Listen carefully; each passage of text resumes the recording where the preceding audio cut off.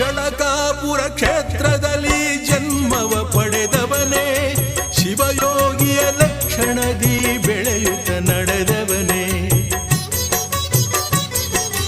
ಚಳಕಾಪುರ ಕ್ಷೇತ್ರದಲ್ಲಿ ಜನ್ಮವ ಪಡೆದವನೇ, ಶಿವಯೋಗಿಯ ಲಕ್ಷಣದಿ ಬೆಳೆಯುತ್ತ ನಡೆದವನೇ.